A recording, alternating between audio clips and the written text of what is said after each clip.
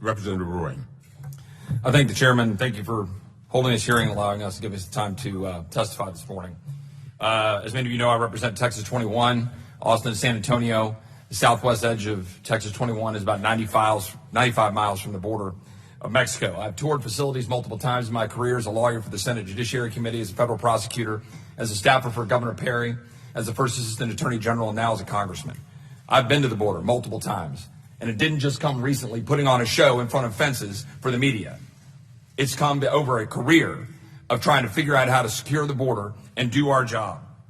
My chief of staff went to the border this last Saturday down to Clint to go to the facility after hearing all the horror stories.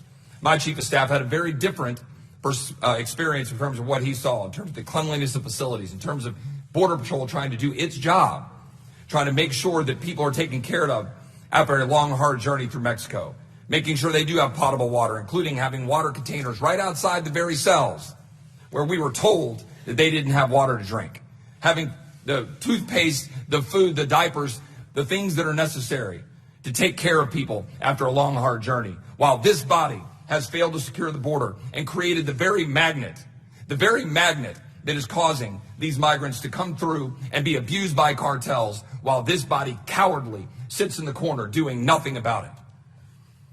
The untold stories that are going on by cartels. These are the stories. At certain station, gangs boarded the trains and demanded a toll. The rate was $100 per station. They threatened us. They said they would hold us until we could call a relative to arrange to pay. If you couldn't pay, they would throw you off the roof. Johnny was separated from his family on the train, and it's unclear what happened to his wife and children. Just 2 weeks ago, a 19-year-old woman fell from one of these trains in Tacotapa, Mexico, killing her.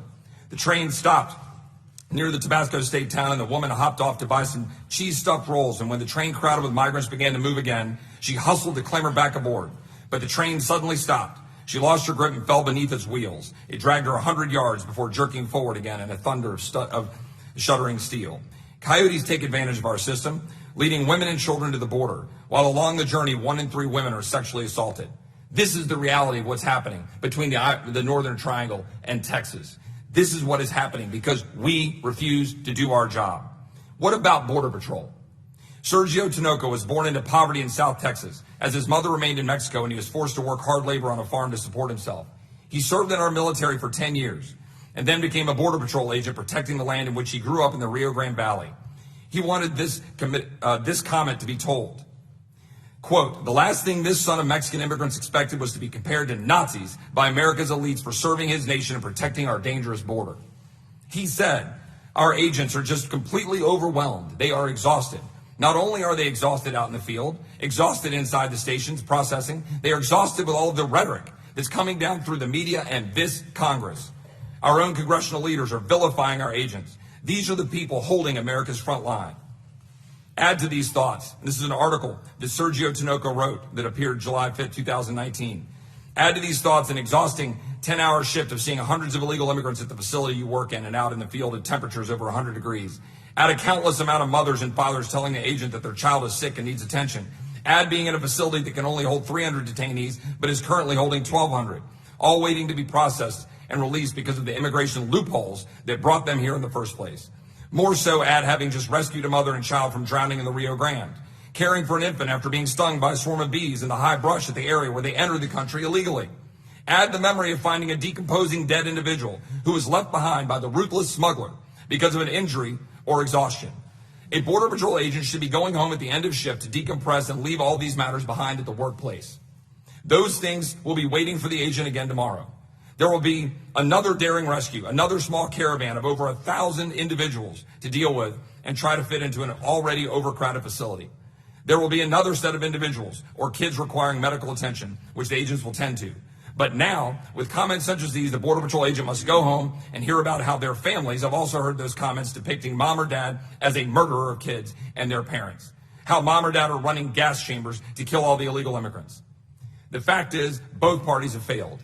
The GOP all too often want to stand at the Rio Grande with a no trespassing sign while winking at immigrants and with a help wanted sign in the other. Meanwhile, my Democrat colleagues prefer to stand in front of chain link fences next to an empty parking lot while making up hyperbole for clicks, Twitter followers, and cynical politics. There is a path to fix this. Take out the cartels. Recognize that they're terrorist organizations.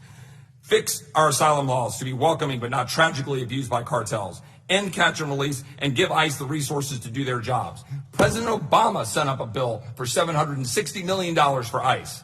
Why were we not funding ICE so that we have a place to be able to put people when they come through Border Patrol? It is time for action.